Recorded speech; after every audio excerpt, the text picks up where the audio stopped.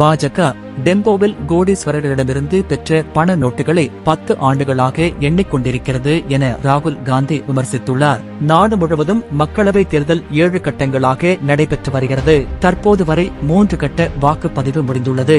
4வது கட்ட வாக்குப்பதிவு நாளை நடைபெறுகிறது. தேர்தல் பிரச்சாரங்களின் போது பாஜக மற்றும் காங்கிரஸ் தலைவர்கள் மாற்றி மாற்றி குற்றச்சாட்டுகளை முன்வைத்து வருகின்றனர். பாஜக மீண்டும் ஆட்சிக்கு வந்தால் இந்திய அரசியலமைப்பு சட்டத்தையே மாற்றி விடுவார்கள் என காங்கிரஸ் தலைவர் ராகுல் காந்தி பேசி வருகிறார். அதேபோல் காங்கிரஸ் ஆட்சி அமைந்தால் இடஒதுக்கீடு அனைத்தையும் முஸ்லிம்களுக்கு ஒதுக்குவார்கள் என்றும், மக்களின் சொத்துக்களை பறித்துக் கொள்வார்கள், அயோத்தி ராமர் கோயிலை மூடி விடுவார்கள் என்று பிரதமர் மோடி பேசி வருகிறார். மேலும் அண்மையில் பிரதமர் மோடி ஒரு குற்றச்சாட்டை முன்வைத்தார். அதானி மற்றும் அம்பானியிடம் இருந்து டெம்போக்களில் காங்கிரஸ் கட்சிக்கு பணம் சென்றுள்ளது.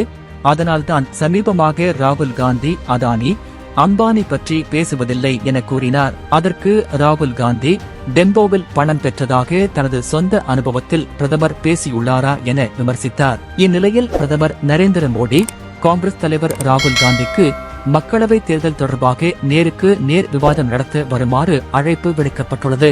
மூத்த பத்திரிகையாளர் என் ராம், ஓய்வு பெற்ற உச்சநீதிமன்ற நீதிபதி மதன் பி லோகூர், ஓய்வு பெற்ற டெல்லி உயர் நீதிமன்ற தலைமை நீதிபதி அஜித் பி ஷா ஆகியோர் அழைப்பு விடுத்துள்ளனர். இது தொடர்பாக ராகுல் காந்தி தனது எக்ஸ் சமூக வலைதள பதிவில், பாஜக காங்கிரஸ் இரண்டுமே தேர்தலில் போட்டியிடும் முக்கிய கட்சிகள் என்பதால் பொதுமக்கள் தங்கள் தலைவர்களிடம் நேரடியாக கேட்க தகுதியானவர்கள். பிரதமர் மோடி எப்போது விவாதத்தில் பங்கேற்க ஒப்புக்கொள்கிறார் என்பதை எங்களுக்கு தெரியப்படுத்தவும், நாங்கள் தயார் என்று கூறியுள்ளார். பிரதமர் மோடி விவாதத்தில் பங்கேற்பது தொடர்பாக இதுவரை எந்த பதிலும் தெரிவிக்கவில்லை.